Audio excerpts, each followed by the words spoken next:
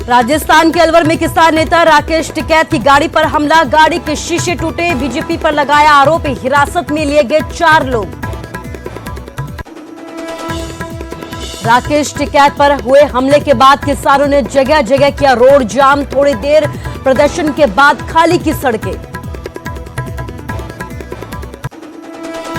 पंजाब में कोरोना की खतरनाक रफ्तार, 24 घंटे में 2903 नए केस आए सामने, 57 लोगों की गई जान। जालंधर और होशियारपुर में सबसे ज्यादा मौतें। गेहूं की खरीद के लिए ऑनलाइन रजिस्ट्रेशन, हरियाणा के किसानों के लिए बनी मुसीबत, बिना मैसेज के मंडियों में नहीं दी जा रही एंट्री।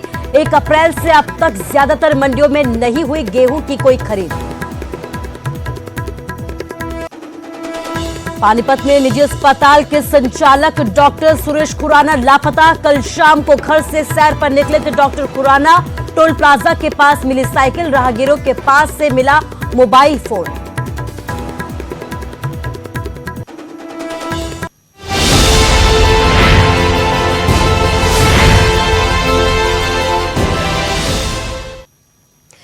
नमस्कार, स्वागत है आपका न्यूज 18 पंजाब हरियाणा हिमाचल में। मैं हूं आपके साथ कुसुम रावत।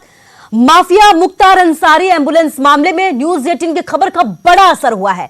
यूपी के बाराबंकी में डॉक्टर अलका राय के खिलाफ केस दर्ज किया गया है। यूपी पुलिस अब एक्शन मोड में है। पूरा मामला क्या और पूरी रिपोर्ट क्या, आइए देखते हैं। बोलने नहीं दे रहे।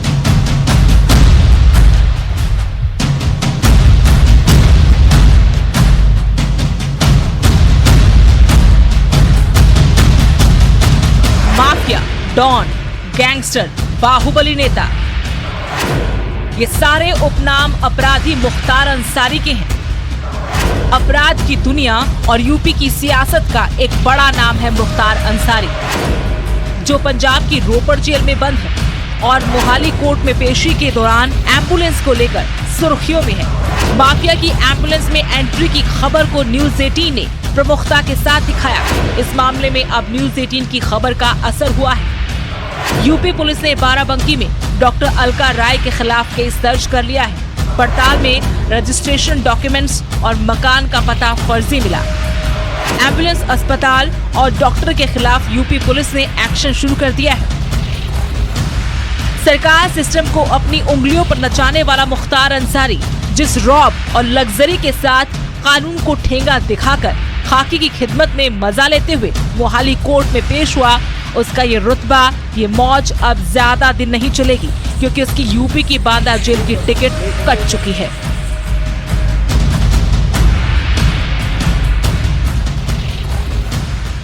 सुप्रीम कोर्ट उसे रोपड़ के बांदा जाने का फरमान जारी कर चुकी है। यूपी पुलिस पहले दिन से ही पंजाब सरकार पर गैंगस्टर मुख्तार अंसारी की खिदमत करने के आरोप लगाती आई है। यूपी सरकार कह रही है कि 10 मुकदमे आपके ऊपर हैं। जब से मुख्तार अंसारी एक्सटॉर्शन मामले में मोहाली कोर्ट में एम्बुलेंस से व्हीलचेयर पर आया, तब से मामले ने और तूल पकड़ लिया है। हालांकि पंजाब के जेल मंत्री सुखजिंदर रंधावा ये कहकर मामले से अपना पल्ला झाड़ चुके हैं कि उनकी जिम्मेदारी जेल के अंदर तक होती है। इस मामले में पंजाब पुलिस से जवाब मांगे। कुल मिलाकर एक गैंगस्टर, एक माफिया, एक डॉन, जिसके हाथ कई बेगुनाहों के खून से सने हैं। दर्जनों आपराधिक मामले यूपी की कोर्ट कचहरी में चल रहे हैं। वो बाहुबली नेता पंजाब में किसके संरक्षण में इतनी मनमर्जियां कर रहा है? सवाल ये भी कि अगर एम्बुलेंस यूपी की है तो मुख्तार अंसारी को कैसे मिली, कैसे और कब से वो इसका बेजा इस्तेमाल कर रहा है? और यूपी पुलिस क्या इस राज को बेपर्दा कर पाएगी कि किन लोगों की मदद से और कैसे मुख्तार अंसारी एम्बुलेंस का इस्तेमाल करता रहा? और क्या पंजाब सरकार, पंजाब पुलिस ये बताएगी कि आखिर जेल में बंद आरोपी कैसे अपनी एम्बुलेंस में जेल से कोर्ट पहुंचा? कौन उसका मददगार है? Bureau report, news 18 Punjab Haryana Himachal.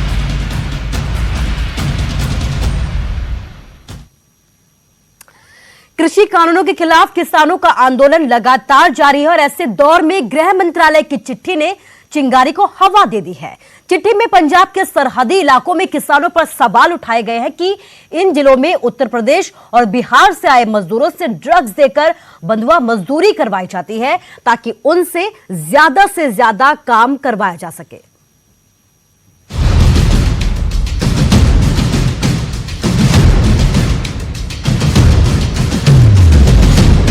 केंद्र और किसानों के बीच कृषि कानूनों पर तकरार तो पुरानी है, मगर अब गृह मंत्रालय की एक चिट्ठी ने इस घमासान में आग में घी डालने का काम किया है।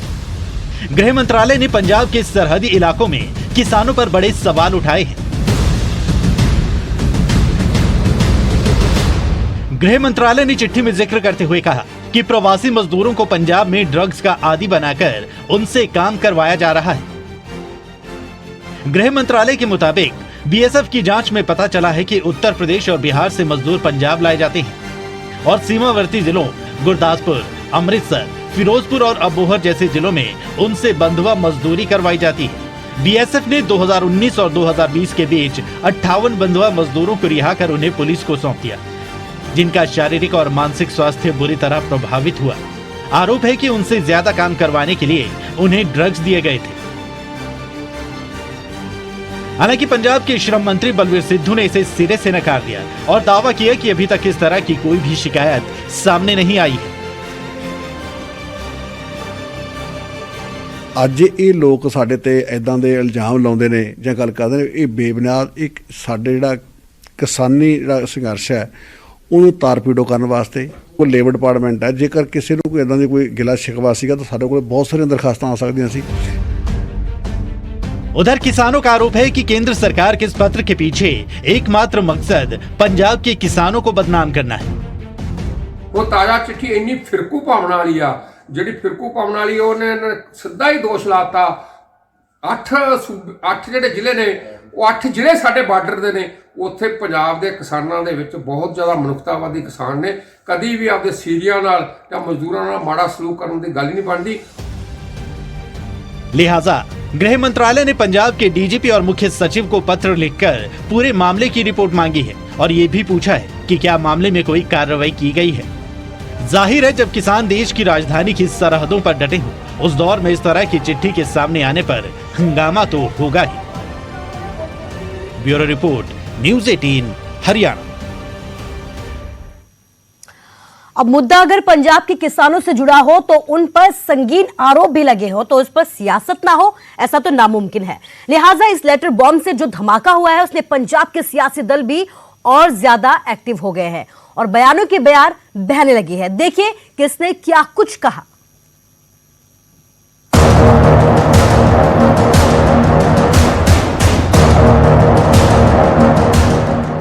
सियासत भी गजब है, मुद्दा कोई भी उस पर सियासी सुर ना छिड़े, ये तो हो ही नहीं सकता। इस बार भी मुद्दा केंद्र की एक चिट्ठी बनी है जिसने सियासत की आबो हवा ही बदल दी।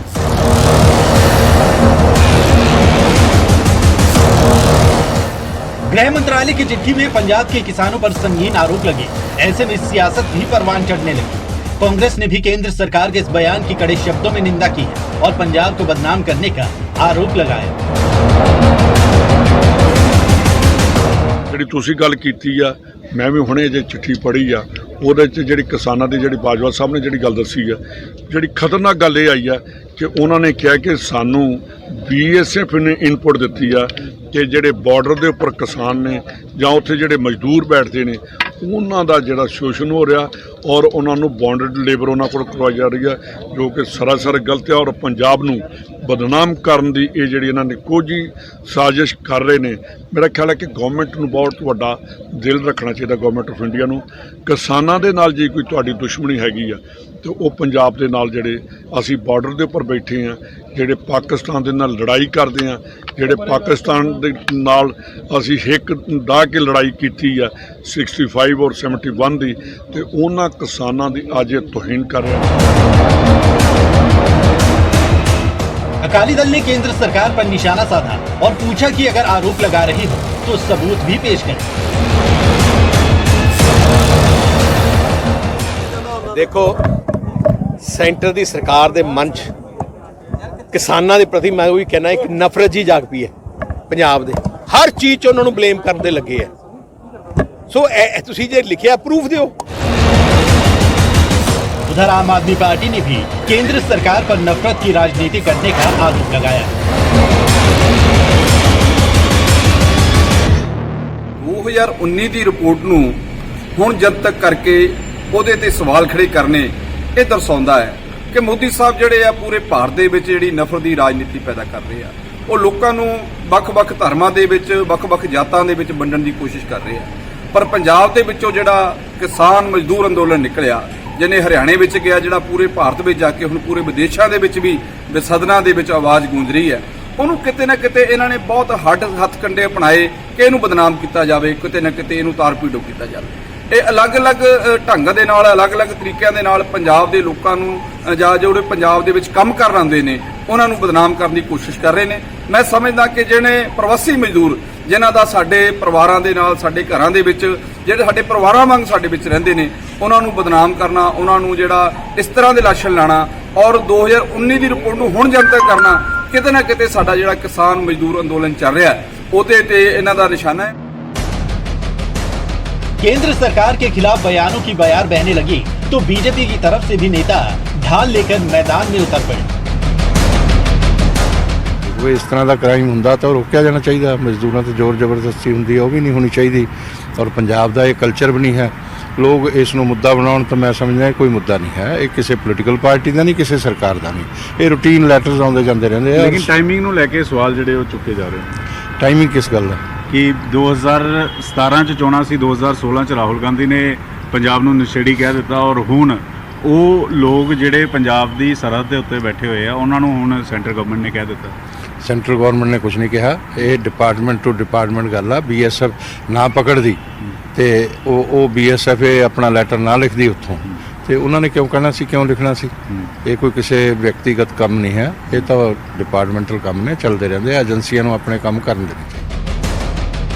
चिट्ठी की इस चिंगारी पर सियासत तो सुलग चुकी है, लेकिन तपिश कहां तक जाएगी, इसके लिए थोड़ा इंतजार करना होगा।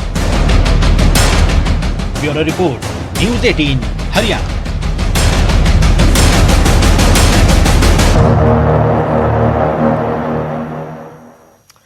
और चलिए बात किसानों के आंदोलन की करते हैं। सिंघू बॉर्डर पर किसान पिछले 4 महीने से आंदोलन पर डटे हुए हैं और अब किसानों ने गर्मी से लड़ने की भी पूरी तैयारी कर ली है। किसानों की ये तैयारी देखकर आप 5 स्टार होटल को भी भूल जाएंगे।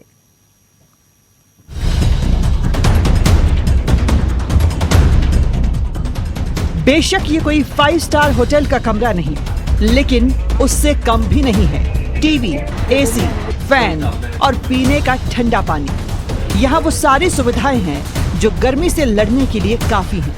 नजारा सोनीपत के सिंघू बॉर्डर का है, जहाँ किसान पिछले 4 महीने से 3 कृषि कानूनों के खिलाफ आंदोलन पर डटे हुए हैं। आंदोलन कब तक चलेगा कोई नहीं जानता, लेकिन किसानों की अपनी पूरी तैयारी है। सड़क किनारे खड़ी इन ट्रॉलियों के अंदर का नजारा देखकर आप भी चौंक गए होंगे। इन्वर्टर, LED, वाईफाई, इंटरनेट, यहाँ तक कि सोलर प्लेट तक की व्यवस्था ट्रॉलियों में कर दी गई है ताकि बिजली की कोई परेशानी ना हो।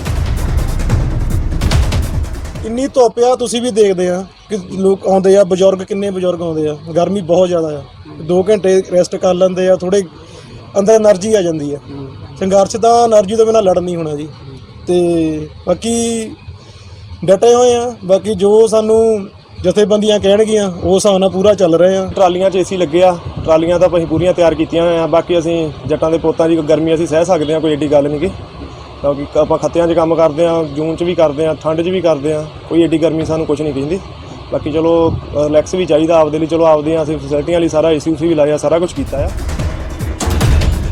इन सभी ट्रॉलियों पर 1.5 से 2 लाख रुपए का खर्च आ रहा है। ठंड के दिनों से शुरू हुआ किसानों का आंदोलन अब ऐसे मोड़ पर है जहां एक तरफ चढ़ता सूरज है, दूसरी तरफ सियासी तपिश। लेकिन किसानों के मुताबिक जब तक तीनों कृषि कानून रद्द नहीं हो जाते हैं, उनका आंदोलन चलता रहेगा। ਸ਼ਾਂਤਮਈ ਅੰਦੋਲਨ 26 ਨਵੰਬਰ ਤੋਂ ਚੱਲਦਾ ਆ। ਸਾਡੇ ਬਜ਼ੁਰਗ ਸਾਡੇ ਨਾਲ ਆਇਆ, ਸਾਡੀਆਂ ਮਾਤਾਵਾਂ ਨਾਲ ਆਈਆਂ, ਸਾਡੀਆਂ ਭੈਣਾਂ ਨਾਲ ਆਈਆਂ। ਇਹ ਇਸ ਵੇਲੇ ਜੋਸ਼ ਤੇ ਹੋਸ਼ ਦੋਨਾਂ ਦਾ ਸੁਮੇਲ ਇਕੱਠੇ ਹੋ ਕੇ ਅੰਦੋਲਨ ਚੱਲ ਰਿਹਾ। ਇਹ ਐ ਨਹੀਂ ਹੈਗਾ ਕਿ ਇਹ ਆਪਣੀ ਕੋਈ ਚਾਲ ਚੱਲ ਕੇ ਤਾਂ ਸਾਨੂੰ ਇਹ ਫੇਲ ਕਰ ਦੇਣਗੇ। ਇਹ ਜੋ ਮਰਜ਼ੀ ਆਪਣਾ ਕਰ ਲੈਣ, ਜਿੰਨਾ ਮਰਜ਼ੀ ਜ਼ੋਰ ਲਾ ਲੈਣ, ਜਿੰਨਾ ਚਿਰ ਇਹ ਅੰਦੋਲਨ ਖਤਮ ਨਹੀਂ ਹੁੰਦਾ, ਜਿੰਨਾ ਚਿਰ ਇਹ ਅੰਦੋਲਨ ਸਫਲ ਨਹੀਂ ਹੁੰਦਾ, ਇਹ ਕਾਲੇ ਕਾਨੂੰਨ ਰੱਦ ਨਹੀਂ ਹੁੰਦੇ, ਉਹਨਾਂ ਚਿਰ ਅਸੀਂ ਵਾਪਸ ਨਹੀਂ ਮੁੜਦੇ। गर्मी से लड़ने के साथ साथ आंदोलन को मजबूती देने के मकसद से किसान रणनीति बनाने में जुटे हुए हैं। पंजाब ही नहीं, हरियाणा के किसान भी अब अपनी ट्रॉली तैयार करवाकर बॉर्डर पर पहुंच रहे हैं और किसानों की ऐसी तैयारियों को देखकर तो अंदाजा लगा पाना मुश्किल है कि आंदोलन आखिर कब खत्म होगा। सिंघू बॉर्डर से नितिन अंतिल, न्यूज़ 18 हरियाणा।